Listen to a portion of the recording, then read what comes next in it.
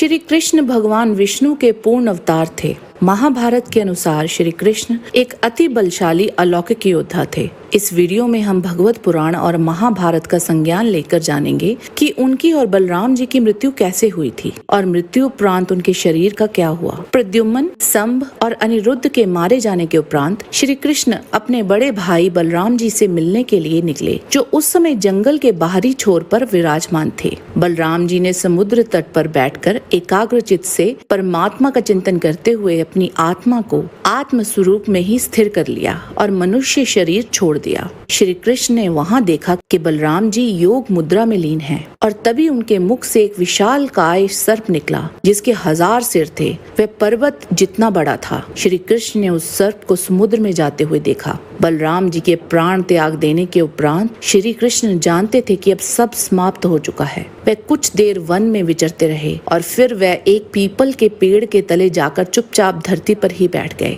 श्री कृष्ण ने उस समय अपना चतुर्भुज रूप धारण कर रखा था और समस्त दिशाओं को अंधकार रहित प्रकाशमान कर रहे थे। उस समय भगवान अपनी दाहिनी जांघ पर अपना बायां चरण रखकर बैठे हुए थे। उनका लाल लाल तलवा रक्त कमल के समान चमक रहा था। तभी वहां से जरा नामक एक बहेलिया गुजर रहा था। उसे दूर से श्री कृष्ण का लाल लाल तलवा हिरण के मुख के समान जान पड़ा। उसने उसे सचमुच हिरण समझकर उसे अपने बाण से भीन दिया। जब वह पास आया तब उसने देखा कि अरे, ये तो चतुर्भुज पुरुष हैं। अब तो वह अपराध कर चुका था, इसलिए डर के मारे कांपने लगा और श्री कृष्ण के चरणों पर सिर रखकर धरती पर ही गिर पड़ा। उसने कहा कि हे मधुसूदन, मैंने अनजाने में ये पाप किया है। कृपया आप मेरा अपराध क्षमा कीजिए या आप मुझे अभी के अभी मार डालिए, क्योंकि मर जाने पर मैं फिर कभी आप जैसे महापुरुष का ऐसा अपराध ना करूंगा। इस पर श्री कृष्ण ने कहा, हे जरे, तू डर मत।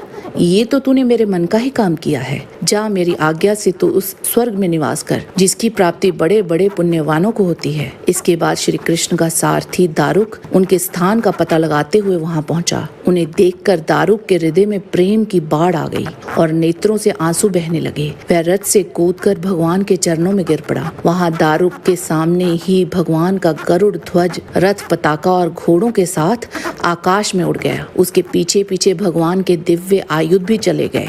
यह सब देखकर दारुक के आश्चर्य की सीमा न रही। तब श्री कृष्ण ने दारुक से कहा, अब तुम द्वारका चले जाओ और वहां यदुवंशियों के पारस्परिक संहार, भैया बलराम जी की परम गति और मेरे स्वधाम गमन की बात कहो। उनसे कहना कि अब तुम लोगों को द्वारका में नहीं रहना चाहिए। मेरे ना रहने पर समुद्र उसको डुबा देगा। सब लोग अपनी धन संपत्ति, कुटुंब और माता पिता को लेकर इंद्रप्रस्थ चले जाएं। दारुक के चले जाने पर ब्रह्मा जी, शिव, पार्वती, इंद्रादि लोकपाल, बड़े बड़े ऋषि मुनि, यक्ष, राक्षस, अप्सराएं अथवा मैत्रेय आदि ब्राह्मण भगवान श्री कृष्ण के परम धाम प्रस्थान को देखने के लिए वहां उत्सुकता से आए। उनके विमानों से सारा आकाश सा भर गया और वे बड़ी भक्ति से पुष्पों की वर्षा कर रहे थे। श्री कृष्ण ने ब्रह्मा जी और अपने विभूति स्वरूप देवताओं को देखकर अपने आत्मा को स्वरूप में स्थित किया और कमल के समान नेत्र बंद कर लिए। आगे हम बात करेंगे कि आखिर श्री कृष्ण के शरीर का क्या हुआ। इसका उत्तर हमें महाभारत के मौसल पर्व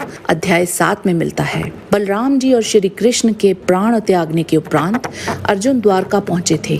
वहां पहुंचकर वह मंत्रियों से बोले कि मैं वृष्णि और अंधक वंश के लोगों को अपने साथ इंद्रप्रस्थ ले जाऊंगा, क्योंकि समुद्र अब इस सारे नगर को डुबो देगा। इंद्रप्रस्थ में चलने पर यह श्री कृष्ण पौत्र वज्र तुम लोगों के राजा बनाए जाएंगे। अर्जुन ने श्री कृष्ण के महल में ही उस रात को निवास किया। वह वहां पहुंचते ही सहसा महान शोक में डूब गए। सवेरे होते ही वसुदेव जी ने अपने चित्त को परमात्मा में लगाकर योग के द्वारा उत्तम गति प्राप्त की। वसुदेव जी को अपने जीवन काल में जो स्थान अति प्रिय था, वहीं ले जाकर अर्जुन ने उनका दाह संस्कार किया। धर्म कृत्य पूर्ण कराकर अर्जुन उस स्थान पर गए, यहाँ वृष्णियों का संहार हुआ था। उस भीषण मारकाट में मरकर धराशायी हुए यादवों को देख अर्जुन को बड़ा भारी दुख हुआ। उन्होंने ब्रह्म शाप के कारण एरका से उत्पन्न हुए मूसलों द्वारा मारे गए यदुवंशी वीरों शरीरों को बड़े छोटे के क्रम से सारे समयोचित कार्य संपन्न किए। तदंतर विश्वस्त पुरुषों द्वारा बलराम जी और श्री कृष्ण के शरीरों को खोज कराकर अर्जुन ने उनका भी दाह संस्कार किया। अर्जुन उन सब के प्रेत कर्म विधि पूर्वक संपन्न करके तुरंत रथ पर आरूढ़ हो 7वें दिन द्वारका से चले गए। आज के वीडियो में बस इतना ही। जाने से पहले लाइक बटन जरूर दबा दें और वीडियो अच्छा लगा है तो शेयर कीजिए। आपसे फिर मिलते हैं एक नए रोचक वीडियो के साथ। तब तक के लिए आप सबको हमारी शुभकामना। नमस्कार। जय श्री कृष्ण।